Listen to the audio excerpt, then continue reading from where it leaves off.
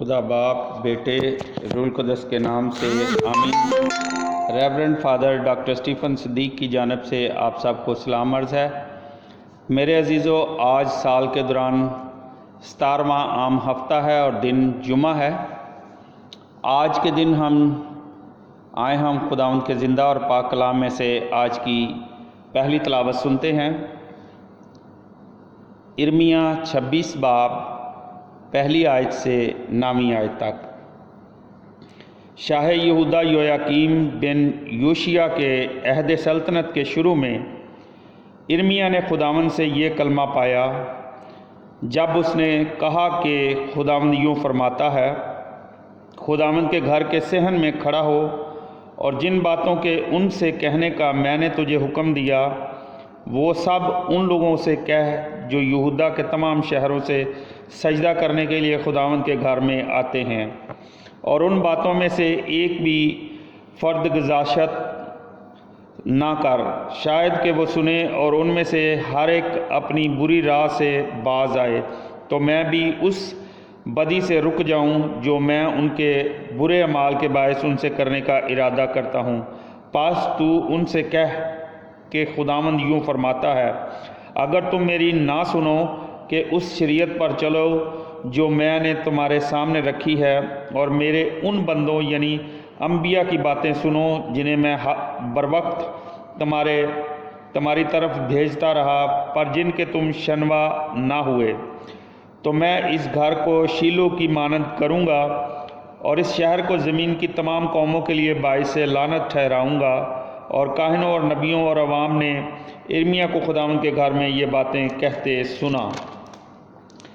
जब इर्मिया उन सब बातों के कहने से फारग हुआ जिनका खुदावंद ने उसे हुक्म दिया था कि सारी उम्मत से कहे, तो काहिनों और नबियों और अवाम ने उसे पकड़ा और कहा, तो यकीनन मरेगा, तो तूने खुदावंद के नाम से क्यों नबूवत करके कहा कि ये घर शीलो की मानद हो जाएगा और ये शहर वैरान किया जाएगा और कि इसमें कोई बसने वाला ना होगा। और सब लोग इर्मिया के मुखालफत पर खुदावंद के घर में जमा हुए। खुदा का कलाम पढ़ा और सुना जाना हम सब के लिए बाइस से बरकत हो। खुदावंद का शुक्र हो। अंजील मुक़द्दस बामुताबिक मत्ती रसूल उसका 13 बाब 54 आयत से 58 आयत तक।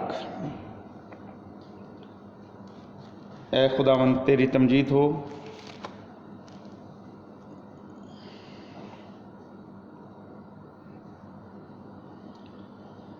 और अपने वतन में आकर उसने उनके इबादत खाने में उन्हें ऐसी तालीम दी कि वो सब हैरान हुए और कहने लगे कि ऐसी हिकमत और मौजज़े उसने कहाँ से पाए।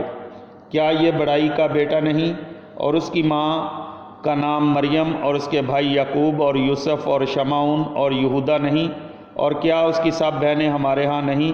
फिर ये सब कुछ उसने कहाँ से पाया। और उन्होंने उसके सबब से ठोकर खाई। लेकिन यसू ने उनसे कहा कि नबी अपने वतन और अपने घर के सिवा और कहीं बेइज्जत नहीं होता। और उसने उनकी बेइत्कादी के सबब वहाँ बहुत मौजज़े ना किए। यहाँ तक आज की अंजील मुक़द्दस के वसीले से हम सब की ख़ताएँ मुआफ़ की जाएँ। MC तेरी सताइश हो। मेरे अज़ीज़ों, इर्मिया नबी एक तारीख़ी और जग़राफ़ियाई वाक़या की रोशनी में नबूवत करता है जो 609 कामीम में हुआ। वो शहादत देता है कि यरूशलेम में मुक़द्दस हैकल थोड़े ही अरसा बाद तबाह और बर्बाद हो जाएगी। इर्मिया की नबूवत में खुदा की तरफ से रहम और फजल पाने के लिए अवामी और शख्सी कफ़ारा और तौबा पर जोर दिया गया है। मुक़द्दस मत्ती यसु के बारे में यहूदियों की महदूद सोच को बयान करते हैं कि वो यसु के ख़ानदानी हालात और पस मंज़र को जानते हुए इसकी हकारत करते हैं, और इनकी यही कम अतकादी बादशाही के निशानात के ज़हूर की राह में रुकावट बनती है। मेरे अज़ीज़ों, नासरत में यसु को रद्द किया जाता है। आज की इंजील मुक़द्दस में जब यसु ये तमसीलें ख़त्म कर चुका तो फिर वो جلیل کی جھیل کے ساحل سے چلا تاکہ آخری دفعہ ناصرت آئے۔ جب وہ وہاں کے عبادت خانہ میں تعلیم دے رہا تھا تو لوگ اس کی طرف حکمت اور معجزوں پر جن کی خبر انہیں ملی تھی حیران رہ گئے، اور ان کے خیال میں تو وہ صرف ایک بڑائی کا بیٹا تھا۔ وہ جانتے تھے کہ اس کی ماں کا نام مریم ہے، وہ جانتے تھے کہ یعقوب اور یوسف اور شمعون اور یہودا اس کے بھائی ہیں، وہ اس کی بہنوں کو بھی جانتے تھے، وہ سب ناصرت میں رہتے تھے۔ یہ کیسے ہو سکتا ہے کہ ان کے اپنے وطن کا ایک لڑکا اٹھ کر ایسی باتیں کہنے اور ایسے کام کرنے لگ جائے جن سے اتنا مشہور ہو جائے؟ وہ اسی بات پر حیران تھے، اور سچائی کو تسلیم کرنے کی بجائے اپنی نادانی اور لا علمی سے چمٹے رہنا ان کو زیادہ آسان معلوم ہوتا تھا۔ انہوں نے اس کے سبب سے ٹھوکر کھائی۔ اس بات نے خداوند یسوع کو یہ کہنے پر اکسایا کہ حقیقی اور سچا نبی عموماً اپنے گھر اور وطن سے باہر ہی عزت پاتا ہے۔ اس کے اپنے علاقے کے لوگ اور اپنے عزیز رشتہ دار چونکہ اسے جانتے تھے، اس لیے ان کے دلوں میں اس کے لیے حقارت پیدا ہوئی۔ ان کی یہ بے ایمانی ناصرت میں نجات دہندہ کے کام کی راہ میں رکاوٹ بن گئی۔ وہاں اس نے صرف تھوڑے سے بیماروں کو شفا دی۔ وجہ یہ نہیں تھی کہ وہ معجزے کو کر نہیں سکتا تھا۔ انسان کی شرارت خدا کی قدرت کو روک نہیں سکتی۔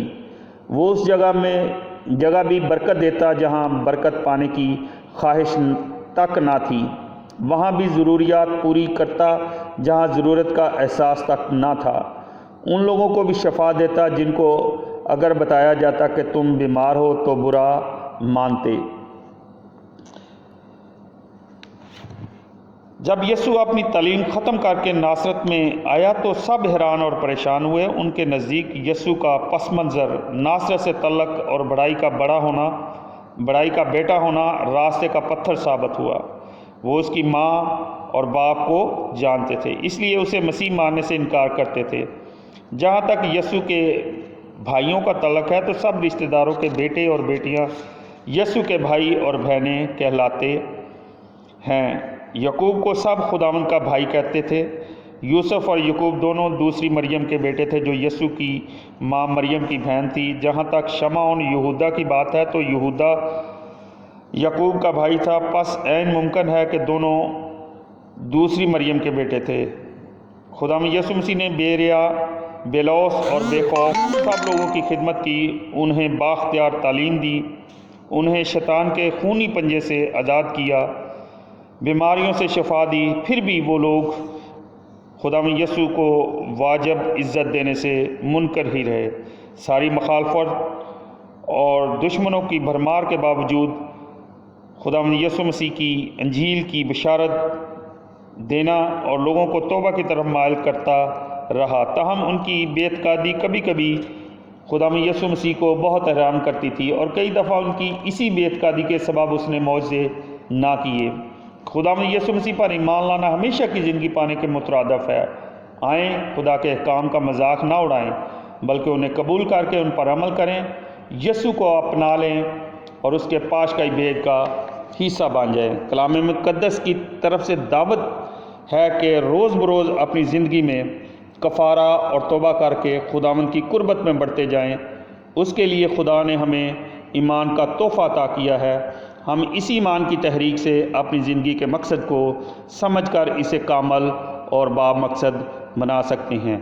خداوند ہم سب کو اپنے کلام کو پڑھنے، سننے اور اس پر عمل پیرا ہونے کے لیے عقل اور دانش بخشے۔ خداوند ہم سب کے ساتھ عبدالآباد رہے، آمین۔ خدا باپ، بیٹے، روح القدس کے نام سے آمین۔